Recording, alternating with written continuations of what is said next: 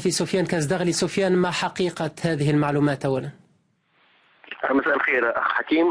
بالفعل يعني تلقينا بكل فرح وبهجة الأخبار اللي مالية حاليا معظم التلفزيونات والقنوات الكندية، اللي هي عاملة تغطية خاصة لتوقيف بلحسن طرابلسي في مونريال.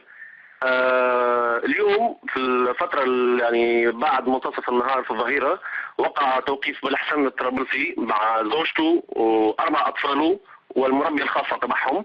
وقعت قياد بلحسن بالضبط، يعني كان وصف لك إنسان كان حاضر هناك، اللي كانوا أخذوها إلى السيارة مقتادا من طرف مين؟ من شرطة الهجرة.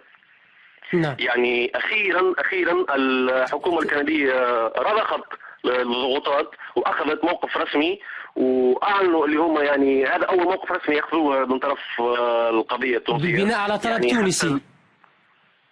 بالضبط. نعم. وهل يعني كل ذلك الآن قرب ترحيل بلحسن طرابلسي إلى تونس؟